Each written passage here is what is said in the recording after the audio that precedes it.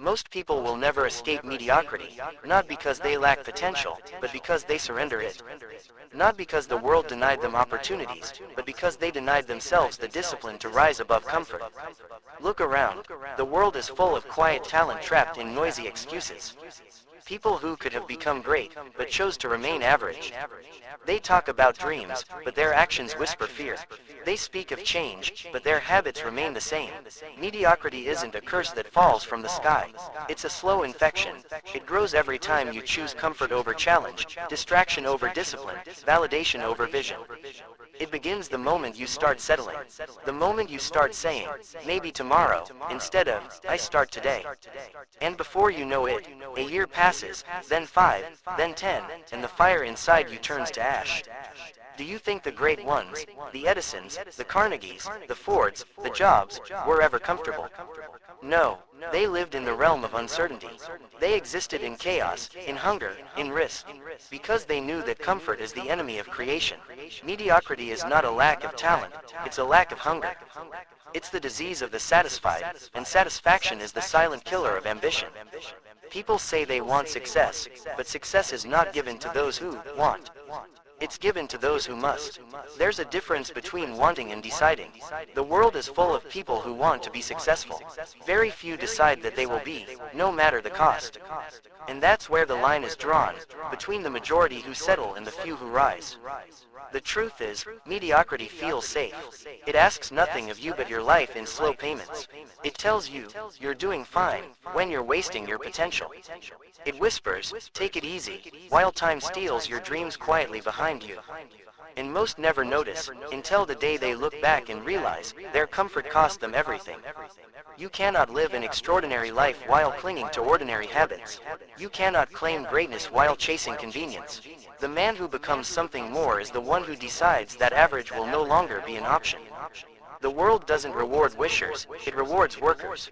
Not dreamers who merely dream, but visionaries who dare to turn that dream into blood, sweat, and creation. And until that becomes your way of life, mediocrity will remain your home. Every prison has walls. For most people, those walls are invisible, built not of stone, but of thought. Their greatest jailer is their own mind. You see, the difference between those who rise and those who rot isn't external, it's internal. It's not the economy, not their parents, not their past, it's their belief system.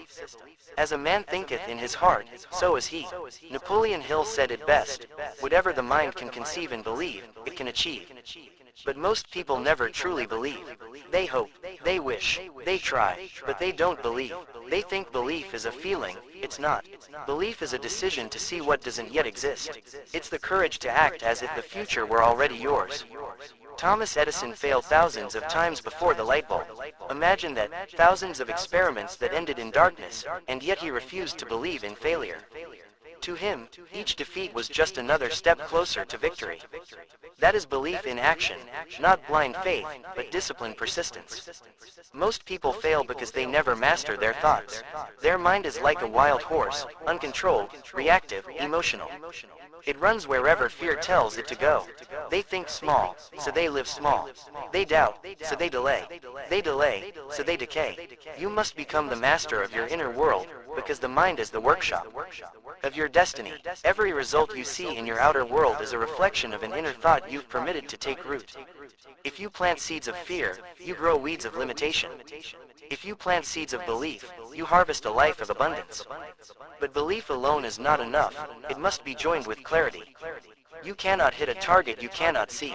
You cannot climb a mountain you haven't decided to reach. Your mind must be programmed with precision, a clear, burning, definite purpose. Hill called it the definite chief aim, the one goal that becomes your compass, your oxygen, your reason for rising when the world tells you to quit. The mediocre drift through life without direction, carried by the current of other people's expectations. The great ones row against the tide. They choose their direction, they define their purpose, and they align every action to that vision. Because purpose is power. When you know your why, the how reveals itself. When your purpose burns bright enough, even hell cannot stop you. And that's why most people fail, not because they lack opportunity, but because they lack a reason. They've never found something worth suffering for. And without that, mediocrity becomes the default setting of their life. Purpose without discipline is like fire without oxygen. It burns for a moment, then dies in smoke. This is where most people collapse. They dream big, they visualize, they even start strong, but they never finish. Because discipline doesn't feel good. Discipline demands sacrifice. It demands you show up when you're tired, when you're uninspired, when no one is watching. The great divide between the successful and the mediocre lies in this single truth. Average people work when they feel like it. Extraordinary people work even when they don't. Edison didn't invent the light bulb because he was motivated. He did it because he was obsessed. He treated failure like a teacher, fatigue like a test, and doubt like an enemy. Every failure forged his will. Every setback carved another line of discipline into his soul. You see, success is a habit, not an event. Discipline is not punishment. It's self-respect in motion. When you keep your word to yourself, when you do what you said you would do long after the mood has faded, you build an unshakable identity. You become someone you can trust, and a person who trusts themselves becomes unstoppable. Most people will never escape mediocrity because they cannot endure monotony. They chase excitement instead of excellence. They look for motivation instead of momentum. They want success to feel good, when in truth, it often feels like exhaustion, rejection, and repetition. Henry Ford once said, "You can't build a reputation on what you are going to do." Yet that's how most people live, stuck in, someday. They keep waiting for the right time, the right energy, the right opportunity. But the great ones know, there is no right time. There is only now. Every day is a test of your standard. Will you keep promises to yourself when no one sees? Will you work in silence when the applause stops? Will you do the boring, unglamorous, necessary things that success demands? Because greatness is not built in bursts, it's built in quiet repetitions, in thousands of unseen hours when nobody cares but you. Think of a blacksmith. He doesn't forge steel with a single strike.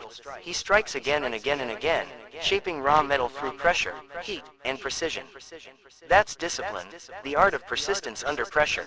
And that's what separates winners from wanderers. The world is full of dreamers who started, but only a few who finished.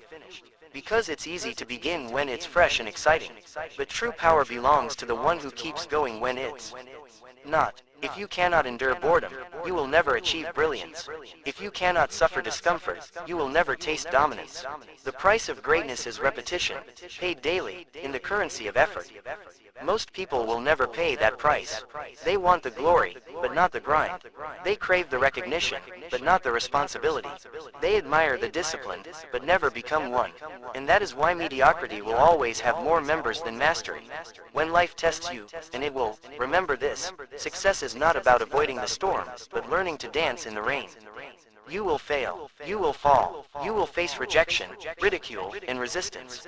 But these are not signs to quit, they are signs you're on the right path. Every great man or woman you admire has walked through fire. Walt Disney was fired from his job for lacking imagination. Abraham Lincoln lost election after election before he became president. Carnegie was told he'd never be more than a poor immigrant. Yet every one of them turned pain into power, struggle into strategy. Resilience is not born, it's built. It is forged in the moments when quitting looks easier, but you keep going anyway. When the results don't show, when the support disappears, when your back is against the wall, that's where your true strength is revealed. The world doesn't care about how many times you tried. It remembers the one time you refused to give up. Every setback is an invitation, not to surrender, but to evolve. You can either break under pressure or let it mold you into something unrecognizable. Mediocrity avoids adversity. Mastery embraces it, because adversity is not the enemy, it's the architect of greatness. Without struggle, there is no story. Without resistance, there is no strength. Imagine steel without fire, it remains fragile. Imagine a diamond without pressure, it stays cold. Imagine a man without adversity, he stays ordinary. Resilience is the bridge between who you are and who you could be. It teaches you patience when nothing moves. It teaches you courage when everything hurts. It teaches you faith when logic says it's over. But here's the secret. You don't build resilience by avoiding pain. You build it by walking straight into it. You train your mind to see failure not as an end, but as feedback. You stop asking, why me? And start declaring, try me. This is why most people fail. Because when life hits them, they crumble. They let the pain define them instead of refine them. They forget that every wound can become wisdom, if only they choose to learn from it. Edison once said, I have not failed. I've just found 10,000 ways that won't work. That is the language of resilience. That is the mindset that bends destiny to its will. You were not born to live an easy life, you were born to rise from difficulty. You were not built for comfort, you were built for conquest. But until you stop running from hardship, you will remain chained to mediocrity. Greatness demands that you bleed, but it promises that you will rise.